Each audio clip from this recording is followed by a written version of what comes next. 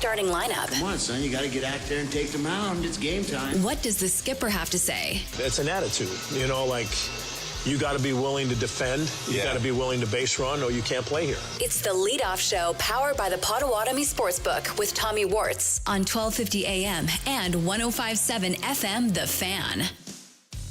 Welcome into the leadoff show, live from the 1250 AM, 105.7 FM, The Fan studios, powered by the Potawatomi Sportsbook. Tommy Wortz here with you, getting you caught up all things Milwaukee Brewers as they are set to take on the New York Mets for not one, but two games today in a doubleheader. First one just about 1 hour away from Citi Field in New York. Game number one, we will see Freddie Peralta going up against Clay Holmes. 47-37 for the Milwaukee Brewers. 48-37 for the New York Mets. First pitch, 12:10 today for games number 85 on the season. Welcome into the leadoff show. First thing we do on every leadoff show, the starting lineups. Looking up, and it is gone. It's almost time for the first pitch. Let's see who's in today's starting lineups. It's the leadoff show powered by the Potawatomi Sportsbook on 1250 AM and 105.7 FM, The Fan. Start things off with the New York Mets lineup today. Leading things off, the shortstop, it'll be Francisco Lindor. Batting second, we will see the DH Starling Marte. Batting third, the $700 million man Juan Soto in right field. Pete Alonso will bat fourth, play first base today. Brandon Nimmo in left field will bat fifth. Mark Vientos, the third baseman, bats sixth. Jeff McNeil in center field today. Luis Torrens, the catcher, will bat eighth. Brett Beatty at second base rounds things out for the New York Mets. Now for the Milwaukee Brewers, Sal Frelick to lead things off. He's in right field. William Contreras, the catcher, will bat second. Christian Yelich, the DH, will bat third. Jackson Chourio in a new spot in the order today. He's in center field batting fourth. Bryce Terang bats second and will plays second and bats fifth. Isaac Collins will bat sixth and play left field. Jake Bauers is at first base batting seventh today. Joey Ortiz, the shortstop, will bat eighth. Anthony Siegler, the third baseman today, will bat ninth, rounds things out for the crew. You just heard that at the end right there. New man up with the Milwaukee Brewers. Some news and notes we might have missed you guys yesterday on the leadoff show. We didn't get to have one, of course, but as you just heard there, Anthony Siegler is called up to the Milwaukee Brewers. He will be making his debut for the crew. Designated for assignment, outfielder Daz Cameron now, so will be available via waivers for anyone to pick up. We may have seen the last of Daz Cameron up with the Milwaukee Brewers. Rob Zastryzny, kind of a shocking move, was placed on the 15-day IL, retroactive to the 27th of June. Still waiting to hear what happened with Zastryzny. And recalled from AAA Nashville, it is Easton McGee. He has been coming up and down whenever they need help in the bullpen. He is back up with the crew today. Another bit of news just relating to Nashville, starting a rehab assignment today. Nestor Cortez. Yes, we have not seen Nestor since the second month of the season, really the first month of the season. He is set to begin his rehab stint now with AAA Nashville. We'll be back with the crew. I believe you can go up to 30 days, 21 days, something like that on a rehab assignment. We'll ask Drew Wagner all about it when he joins the show at 11:40 today. Austin Herdina will join the show as well in about 15 minutes from the Potawatomi Sportsbook to get you guys caught up on some of your favorite bets. If you want to get any action on today's games, there's two of them, remember, so we will have another leadoff show today at 5 o'clock immediately following Wisconsin Sports Daily, served up by Wendy's. That will be an exciting day. It is go, go, go all day today on The Fan Milwaukee. Hope you guys are listening. 1250 AM, 105.7 FM The Fan. Also on the YouTube page, if you want to watch all your favorite shows you listen to already, that is youtube.com/@symbol The Fan Milwaukee. You need that @ symbol if you want to watch us live on YouTube. When was the last Brewers game? Does anyone remember? There wasn't one yesterday. They had the off day. Oh, yeah, it was the last game of the Colorado series. Didn't necessarily end on a positive note, but we'll go through it real quick on the Rewind. Did you miss the last game? Did you miss what was said after the last game? It's time to rewind. It's the Leadoff Show, powered by the Potawatomi Sportsbook on 1250 AM and 105.7 FM, The Fan.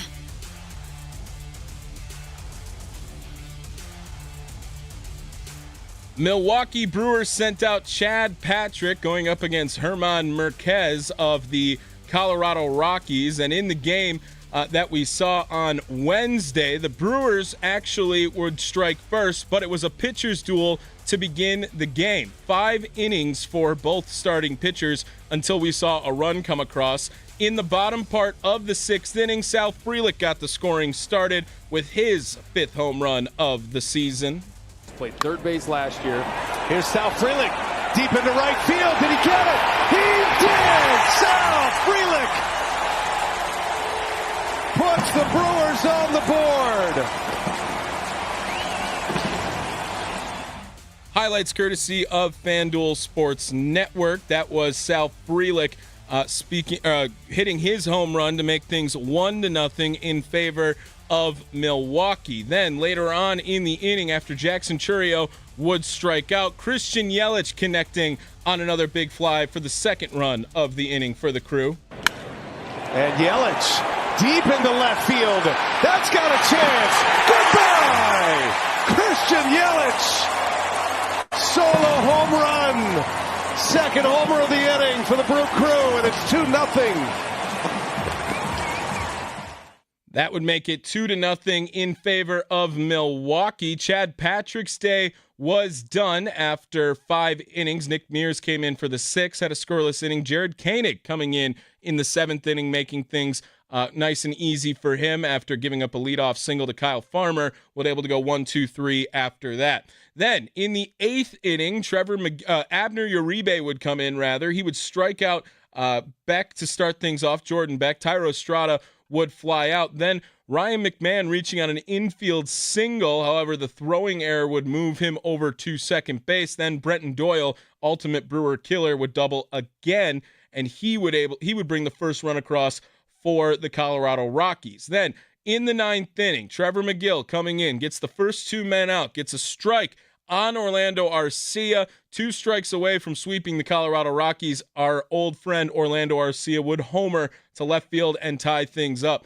Brewers had an opportunity in the 9th inning, had Bryce Terang on second base and Rhys Hoskins at first base with just 1 out. Then Caleb Durbin, an infield single. Now the bases were loaded. Unfortunately, Joey Ortiz flying out to the first baseman would end things in the 9th. In the 10th inning, Tyro Estrada would single to bring the automatic runner on second home. It was 3-2 in favor of Colorado. Joey Ortiz making things work as Sal Frelick beat out an infield single to first base. Then Joey Ortiz took things into his own hand on a wild pitch.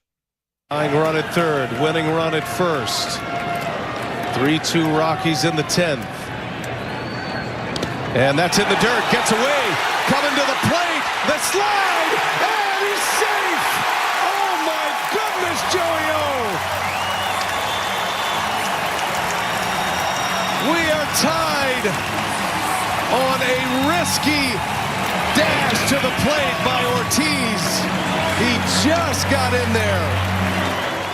Very risky indeed for Ortiz. However, in the 11th inning, Grant Anderson would give up a single to Kyle Farmer. Brewers unable to do anything in the 11th inning. They would fall 4-3 to the Colorado Rockies, now 47-37 on the year. Colorado picks up just their 19th win all season. 2 of them have come to the Milwaukee Brewers. The win goes to Vodnik. The loss to Grant Anderson. Tyler Kinley gets the save for Colorado. Brewers looking to improve with 2 games today against the New York Mets. Who was the MVP of the last game for the Crew? Who stood out the most? Let's find out. It's the Leadoff Show, powered by the Potawatomi Sportsbook on 1250 AM and 105.7 FM, The Fan. Got to give it to Sal Frelick after the big day. 3 for 5, a home run. His average is now up to 300 on the season.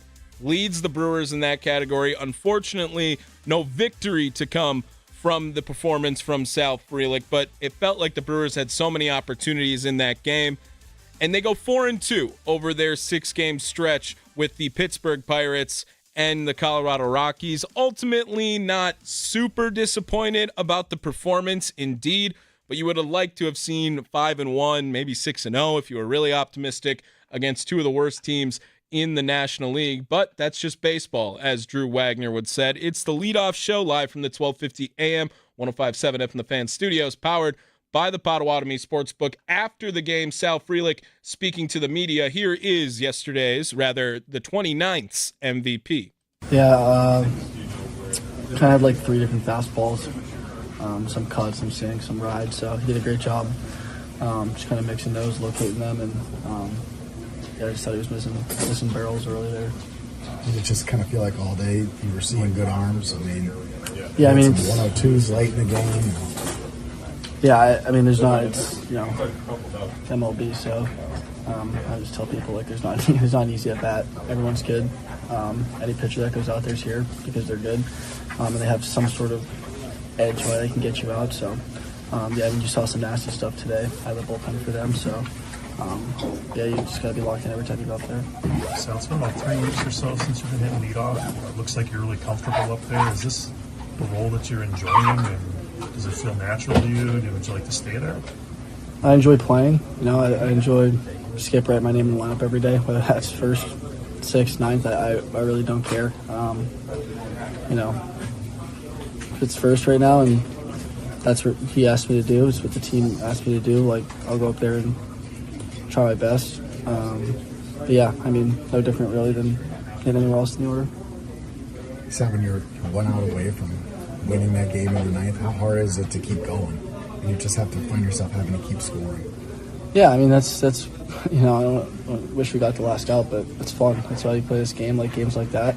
Obviously, we didn't win, but highly competitive games like that is I think we feed off that. Like,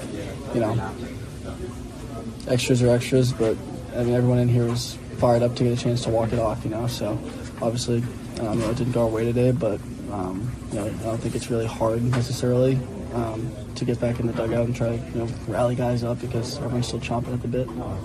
Big work like that. How do you make sure that you keep a bigger picture look at it? With how well you guys are. Yeah, I mean that's the case with every loss. Not going to go 162-0 in this league, so any team that you play is a chance to beat you. Doesn't matter where they're ranked. So yeah, anytime we lose, it's always a bigger picture. One day's rest. Well, you banked a lot of wins as a team this month. You got to feel pretty good about the next 2 stops on the road, right? I mean, where you're at as a team. Yeah, absolutely. I think we kind of came together almost about a month and a half ago now, and I think we kind of identified we maybe weren't playing our culture, our brand of baseball, and we fixed that pretty quickly, and good things started to happen. So as long as we can control that, I think we'll be in a good spot. As long as you can control that, you think you'll be in a good spot. That is Sal Frelick speaking to the media after the game. It is the leadoff show live from the 1250 AM, 105.7 FM The Fan Studios, powered by the Potawatomi Sportsbook. And you really have to give it up for Sal Frelick during this stretch right now. For him, he continues to stay hot, as well as the rest of this offense during this stretch as well. Christian Yelich over the last 31 games, he's batting .374. Bryce Terang, 13-game hitting streak now, batting .415 during the exact same time as well for the Crew. After the game, Pat Murphy speaking to the media. Here is the manager after the 4-3 loss to the Colorado Rockies. And you can poke fun at the Rockies' record, but the guys they threw out there to pitch today were very, very good, like as good as you can get. The kid that started was great. The guys they brought in, very, very good, and they held us at bay. We had 3 hits through the 9th inning, I believe, and one was a bloop and one was an infield hit. We had 4 hits and 2 homers that were timely and great, but and Chad Patrick did a nice job, and our relievers did a nice job, but they got big hits. The Farmer kid came off the bench and got at least 2 big hits, and more. We couldn't finish the job. They'd get to 2 strikes and couldn't finish it. You know, things have been going our way a bunch. We haven't had to have games like this in a while, so it's a good reminder that you can lose these games. You got to play every pitch. A 1-run lead's not enough. You got to get 2 runs sometimes not enough. So no, Orlando's was a great player here for the time he was here, and was a huge part of the success that was here. He loves the game, and obviously knows how to play the game. He's a veteran that really knows how to play, and sneaky comes up with big hits his whole career. Yeah, I thought Chad was good. I think he threw a lot of pitches. He bobbed and weaved, made big pitches at big times, and his last 2 hitters were his best 2 hitters. And I was really pleased. This is baseball, like things happen, but I mean, he's doing a good job. And the 3 hits, one's a bloop, one's a smash, and the other one's an infield hit. But he's capable of all that. He doesn't strike out a lot. He's got a good on-base percentage. He's very, very capable, and he's very clutch. So there is the manager, Pat Murphy, speaking to the media after the game. It is the leadoff show live from the 1250 AM, 105.7 FM The Fan studios, powered by the Potawatomi Sportsbook. Yeah, a little bit upsetting that the Milwaukee Brewers unable to become, unable to get the sweep against Colorado, especially a team that has been struggling all season long, a team that will be, they're already 19-65. The Dodgers aren't going to have 65 losses all season. This is a team that you wanted to capitalize on those moments, and to be 2 strikes away with Trevor McGill giving up the homer to Orlando Arcia, really a buzzkill for the Milwaukee Brewers. Coming up, we're going to talk to Austin Herdina, the opposite of a buzzkill, an infusion of energy coming up on the leadoff show. Get you some of the best bets if you want to go get some action in on either one of 2 games today for the Milwaukee Brewers. Doubleheader, first game starting at 12:10. That'll be Freddie Peralta versus Clay Holmes. Jacob Mizorowski looks like he's going to go up against an opener today, 6:10, that first pitch. We'll have a leadoff show immediately following Wisconsin Sports Daily, served up by Wendy's, with Steve Sparky Pfeiffer at 5 o'clock. It is the leadoff show live from the 1250 AM, 105.7 FM The Fan studios, powered by the Potawatomi Sportsbook.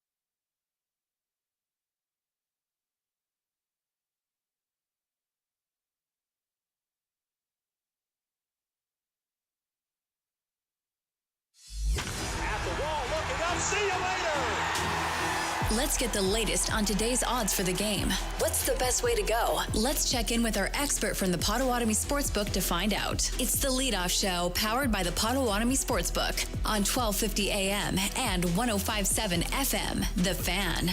Welcome back to the Leadoff Show, live from the 1250 AM, 105.7 FM, The Fan studios, powered by the Potawatomi Sportsbook. Before we get over to Austin Herdini at the Potawatomi Sportsbook, let me run down the Milwaukee Brewers lineup again for you guys here today. Sal Frelick will lead things off. He is in right field. William Contreras is catching, batting second today. Christian Yelich, the DH, will bat third. Jackson Chourio in a new spot today, cleaning up and playing center field. Bryce Terang at second base will bat fifth. Isaac Collins in left field bats sixth. Jake Bowers is at first base, batting seventh today. Joey Ortiz, the shortstop, will bat eighth. Anthony Siegler, the third baseman, making his MLB debut with the Brewers, bats ninth. Joining the show now, as he does each and every day, sometimes twice a day when needed, Austin Herdini joins us on the Gruber Law Office's fan guest hotline. Austin, how we doing today, my friend?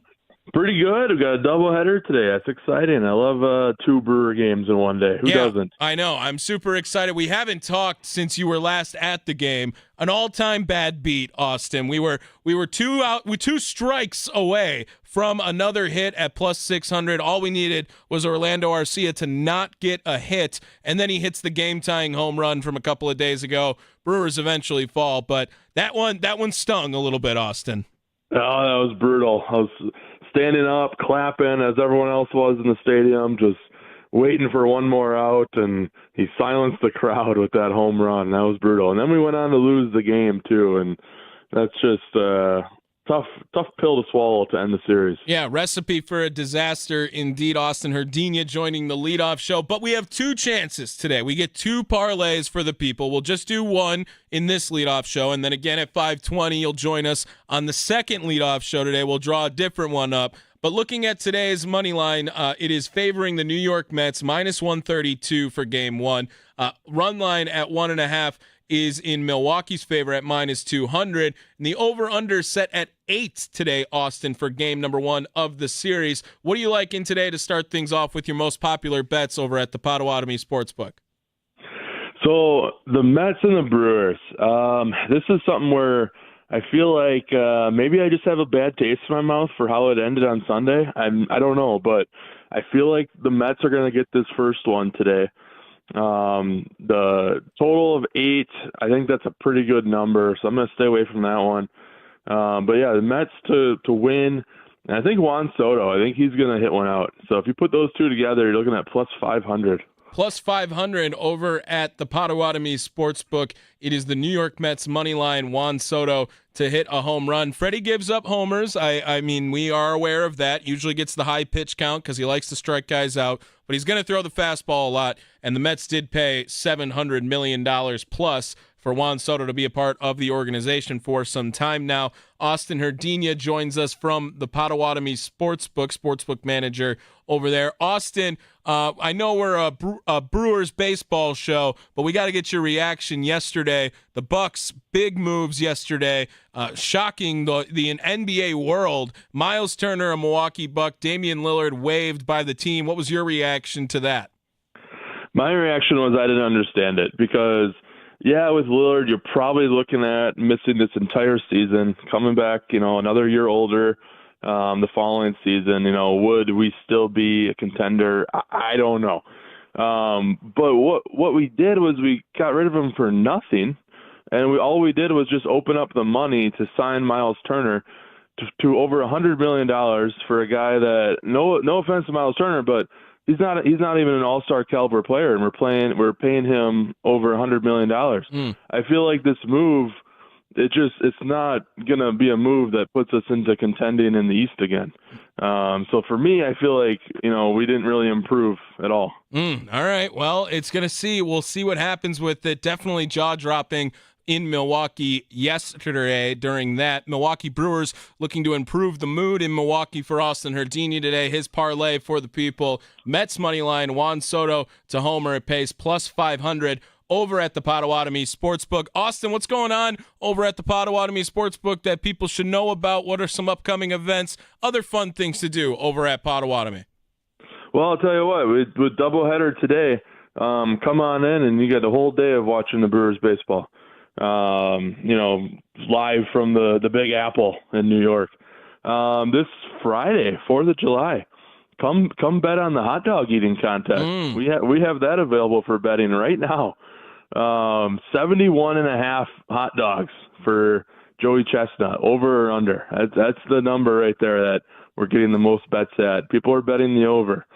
So you gotta root for the over in that, right? Looking at just the odds, I mean, he's minus 3,300 right now over at the Potawatomi Sportsbook to win the contest. If you want to get some value, you got to pick if he's going to eat 71.5 or more or not. You got any lean on that one, Austin? You big in the hot dog game? Yeah, like you said, he's such a huge favorite. I mean, will he win? Almost certainly, right? But will he eat 72 or more hot dogs? That's the question that we all want to know. So, yeah, I think he will. I think he had a year off last year, couldn't be in the contest. He's coming back now. He's 16-time champion of the mustard belt. I think he's going to get the win. Oh, that would be awesome. That would be great.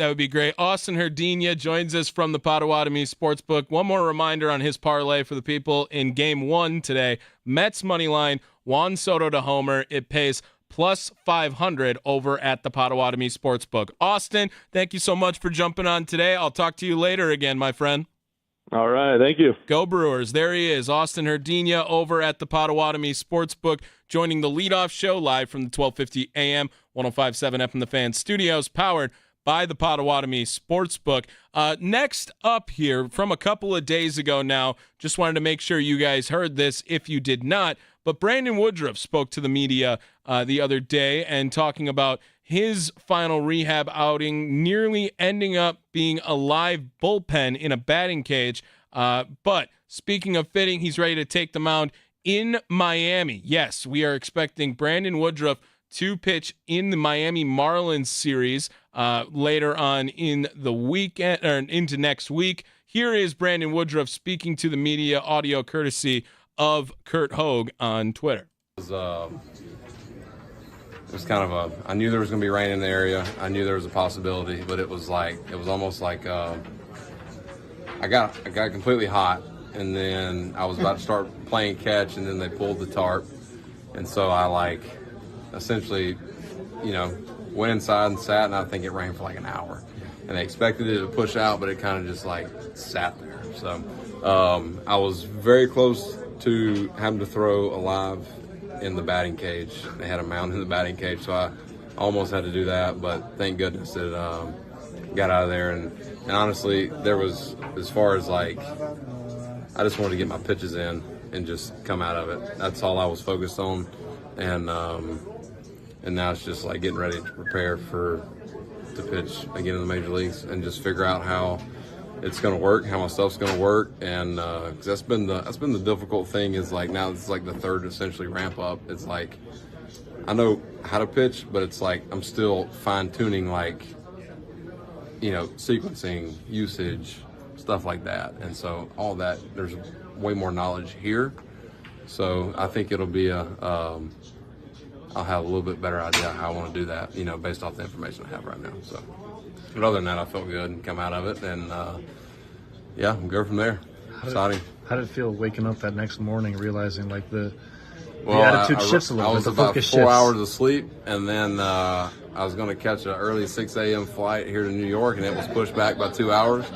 So then I was at the airport at 4 a.m., and I sat around, and then finally got on the plane, and then had an incredible family off day yesterday. So did a lot of walking.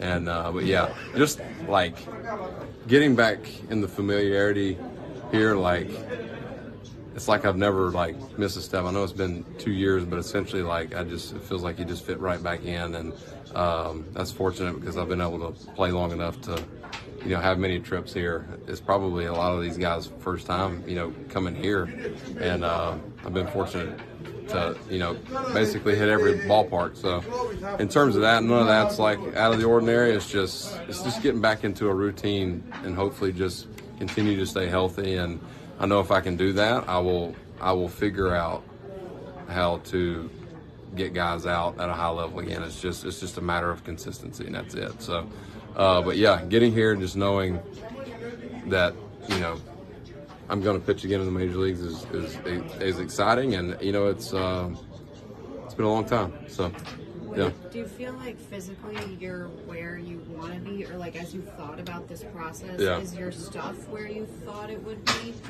Thinking about it, honestly, I had a plan going in the whole time with the minor league rehabs of not getting too caught up on results, because I mean, look, this is a result-oriented business, and I'm the first one that wants to go out and compete and do well, like just anybody else in this room. But I knew that this was going to be a tough process in terms of, like, I can't look at that. I have to get myself healthy. And, you know, honestly, the biggest advice I got was from Dr. Meister before we left for spring training. He said, this year for you is not about results, it's about getting healthy. And I think that was the biggest thing that stuck with me. And listen, I know the nature of this game, I know the nature of the business, and you want to do well. But up until this point, I didn't know how these rehabs were going to go, and they went extremely well, to be, you know, honest. So I was happy about that, and I think it's just the knowledge of you know, knowing how to pitch and just going down and just trying to get my work in and focus on that side of it. And I think it was a good balance, but it's just strange. I know we talked about this at the beginning in spring training, to not necessarily judge myself on the first half, and here we are getting close to the second half, and I've yet to throw a baseball in a major league game. So it's almost like you throw one outing and then the second half comes around and it's like, well, now it's time to be judged. But it's circumstances have led me to this point, and yeah, I don't know when it's going to click. I always say this every year. It's like, when it does, and I don't know when that's going to happen. But as far as physically, I feel good. I feel like consistency of the stuff is where I want to. And actually, 2 days ago, my stuff actually felt pretty good. And I don't get too hung up on the metrics of stuff, but I do like to pay attention just to make sure stuff's not getting like out of whack. And everything seemed to be pretty consistent. So I was happy about that. And then it just comes down to execution.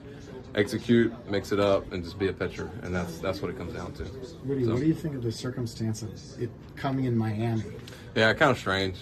You know, when I went down with the elbow and got hit, and we started mapping out the days, I started looking. I'm like, you know, if it just the chances of that happening. The last time I pitched in a major league game was on that mound, and that's kind of when stuff started going south for me. And but it's weird how this game works and how full circle that kind of comes around. But honestly, I don't know how I'm going to feel.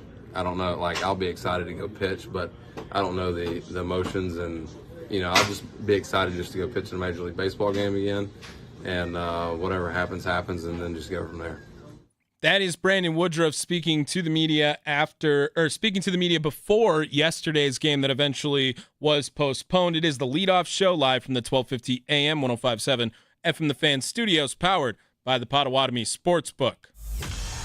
The key to building a winner in baseball is a strong minor league system. Who are the names we should know? How did they play in their last game? Ironworkers Local 8 brings you Building a Winner. Be a cowboy of the sky. Apply now at IWL8.org. It's the leadoff show powered by the Potawatomi Sportsbook on 1250 AM and 105.7 FM The Fan. Yes, time for another Building a Winner feature presented by Ironworkers Local 8. Thanks again to Ironworkers Local 8 for being a part of the leadoff show each and every day. We have 2 leadoff shows today, so we have 2 Building a Winner features. I'm not going to go over the results from yesterday's game quite yet because I don't want to spoil the lead, all right? If you want to look it up, you can, but I have some updated MLB pipeline rankings for Major League Baseball and how it affects the Milwaukee Brewers during this time. We will go over the minor league system in the next leadoff show at a little after 5:30 today on The Fan. Updated rankings from the prospect rankings in Major League Baseball. Top 100, MLB Pipeline does it. We go over these rankings all the time. They have now made some adjustments for their mid-season rankings, and it really benefits the Milwaukee Brewers during this time as well, because there are now 6 Milwaukee Brewers in the top 100 prospects, according to MLB Pipeline. Previously, there was 5, and there are some massive movers on top of this as well. We have, first of all, the top end, right? Jesus Mate is now moved up to the number 8 prospect in all of baseball right now. He continues to be on the rise, continues to have just an amazing start to his minor league career with the Carolina Mudcats, of course, as well, too. And the updated rankings show that, moving Jesus Mate all the way up to the number 8 prospect in baseball. He also was selected now to play in the MLB's Futures game. He is the only Milwaukee Brewer to be a part of the Futures game that is set to take place during the All-Star week or break, however it is. The Mariners have 9 prospects in the top 100, so the Brewers not at the complete top, but 6 prospects now in the top 100, including Jesus Mate, who jumps up to number 8. He is not the only Brewer that jumped up. He went from 18 to 8, by the way. Jacob Misiorowski is now the number 21 prospect in baseball, according to MLB Pipeline. He went up from being at 35 or so. Luis Pena, the biggest riser, the man we keep being as high as we are, jumps up the highest. He goes up 56 places. And I'm sorry, I made that mistake. Jacob Misiorowski was that 35 on MLB on Baseball America. He actually was 64 on MLB Pipeline, so he jumped up 43 spots. Luis Pena jumps up 56 spots from 95 to 39, continuing to rise up the board. I told you this guy has to be considered to being near the top. Cooper Pratt at 44, Jefferson Cuero at 70, continuing to fall. He is one of the biggest fallers on this list, dropped down 36 spots from last time when he was at 34. And the new face in the Milwaukee Brewers organization in the MLB Pipeline Top 100, it is Logan Henderson. We've seen what he can do at the big league level. He is now number 91 on the list. Brewers 6 prospects on the updated MLB Pipeline Top 100. Coming up, we're going to talk to Andrew Wagner of Forbes Sports. It's brought to you by Focus Baseball. We will hear his opinion on the last game and, of course, going into today's game, first game against the New York Mets. It is the leadoff show live from the 1250 AM, 105.7 FM The Fan studios, powered by the Potawatomi Sportsbook.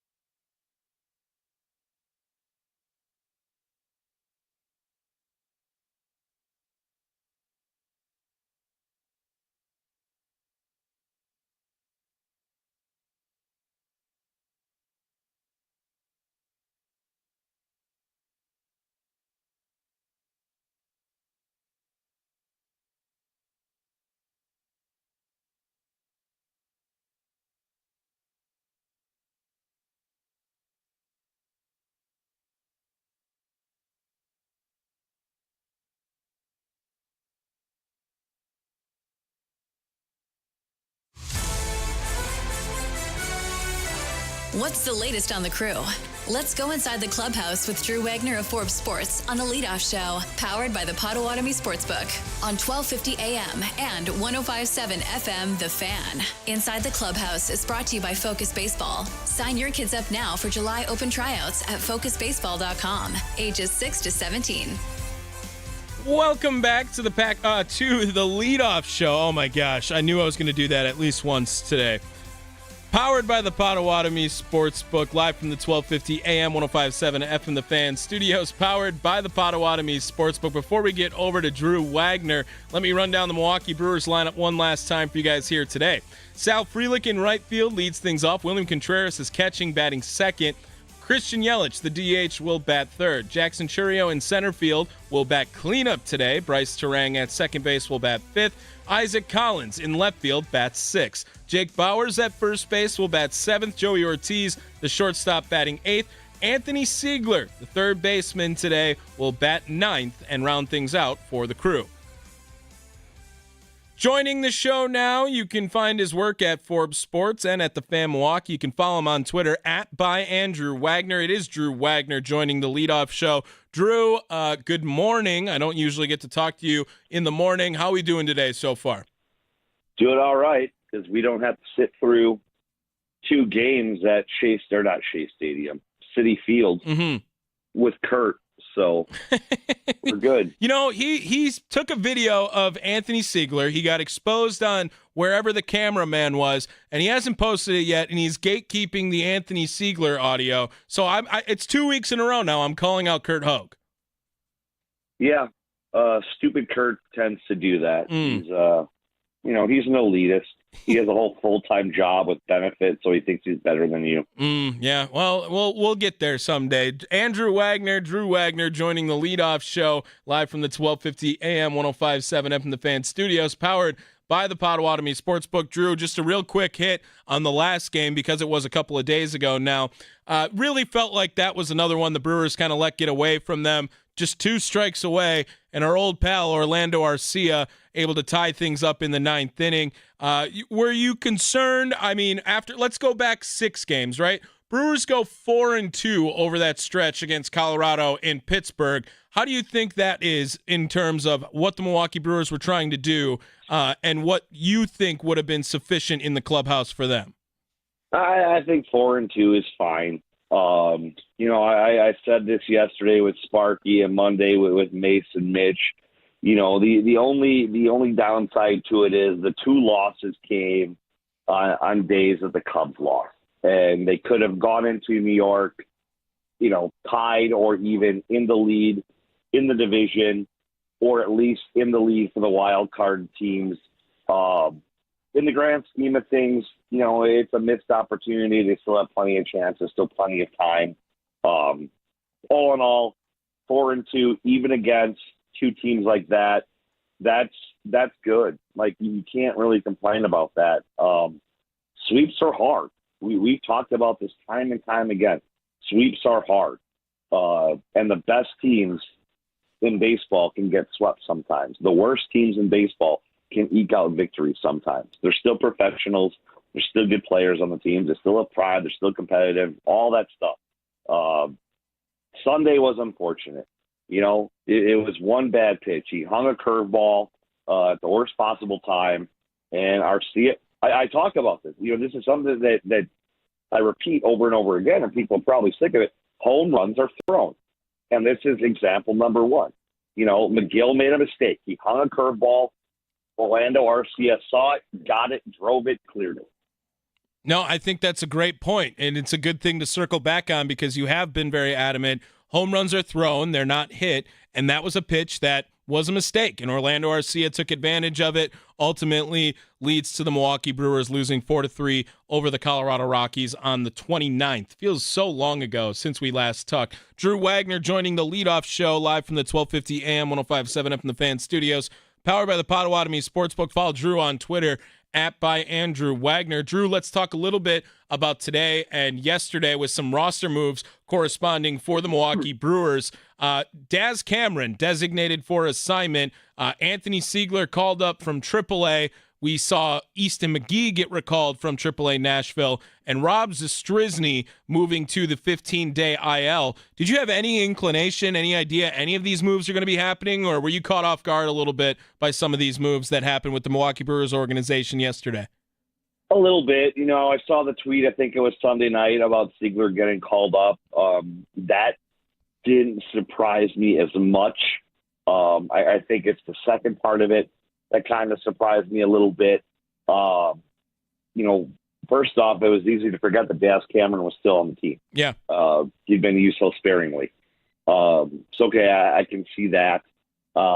You're thinking if you're calling up a guy like Siegler that either Monasterio is going down or maybe they're finally putting Contreras on the IL. Yeah. Those were the two moves that I was thinking. Was not expecting the Daz Cameron move. And was surprised to learn that the Zastryzny was injured. He had been used a lot. Results were still pretty good, even if his stuff had kind of dipped a little bit. So that was kind of, catch you off guard. But that stuff tends to happen. Guys have things pop up, and it's an opportunity to get a fresh arm in there. Anthony Siegler is maybe the most versatile player in the Milwaukee Brewers system right now. He's listed as an infielder/catcher. He's in the lineup today at third base, batting ninth for the Crew, gives Caleb Durbin a day off. But as you mentioned, Daz Cameron, an outfielder, not really a corresponding move. Does that mean that the Brewers expect Blake Perkins to be coming back very soon, or are they expecting to move some guys around to play more outfield from the infield? Like, what do you think happens next with a move like that, where an infielder/catcher comes in and an outfielder is now out with the Milwaukee Brewers? Well, Perkins was scheduled, I think it was yesterday or maybe it was today, he was scheduled to play all 9 innings in a rehab appearance for Nashville, and that should have him ready to go in the very near future. So I could see this being a move where Perkins eventually gets the call up. Not sure who goes back down at that point. Maybe it is Siegler. Because right now they technically don't have a fourth outfielder on the roster without Daz Cameron. But look how often they use Daz Cameron. So, put that together how you want. I would think that Perkins is getting close to being here. And that kind of changes the makeup of your bench, makes a little bit, adjust the changeup of your roster, your lineup, all that stuff. Yeah, and how big is Perkins' addition if he is to come back? How impactful do you think he can be right away for this Milwaukee Brewers team? I mean, it's no knock on Jackson Chourio, but he's a huge defensive upgrade in center field, and he's a terrific defensive center fielder. So then you can move Chourio back to left field and move Collins into that kind of swingman role, pinch hitter role, where he'll be very valuable as a switch hitter. Being able to spell guys from time to time in the outfield. And I could see if they decide to send Mona down when Perkins comes back up, it's easy to forget that Isaac Collins played a lot of infield coming up in the minor league too. So, he could maybe be your guy that fills in late innings defensively in the infield or outfield. It gives some versatility to that extra outfielder role. Drew Wagner joining the leadoff show. Follow him on Twitter @byAndrewWagner. Last thing here, Drew, for you in this first leadoff show we have today.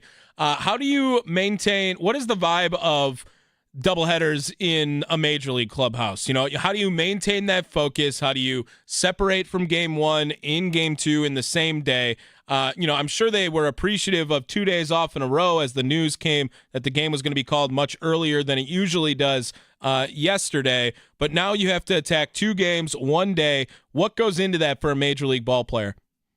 I mean, it's a grind. No doubt about that. It's a grind. It's a long day, especially a day like this where it's split. It's a little bit easier when you're playing the traditional back-to-back doubleheader. This is a long day. Guys are probably getting to the park around 10, 11 o'clock in the morning. You're going to get out of there around 11 o'clock tonight, and that's a 12-hour day. And yeah, I know everyone does that in their real-world jobs. Fine. There's a lot of work that goes into it, a lot of exercise, a lot of physical exertion. I'm not sure what the forecast is out there, but seeing as how weather moves from west to east, I'm guessing it's probably hotter than heck out there too. It's a long day, but you're professional. You know, you got a job to do. I'm sure they're going to be cautious and maybe sub guys out here or there to get them off their feet. But it's a long day. It's a slog. Well, if you're a fan of Brewers baseball, you enjoy it. You get to watch a couple of games today. You can refresh after one, take a little break, get a little lunch, whatever you might do, and then come back for game number 2 today. We'll talk to Drew Wagner again at 5:40 again on the second leadoff show of the program. Drew, thank you so much for joining us today. We'll talk again later, my friend. Sounds good, buddy. Have a good day. You too. There he is, Drew Wagner, joining the leadoff show on the Fan Guest Hotline, powered by Gruber Law Offices. One call, that's all. One more thing to get to before we get out of here today. It is the keys to the game. How does the crew win today's game? Who needs to step up?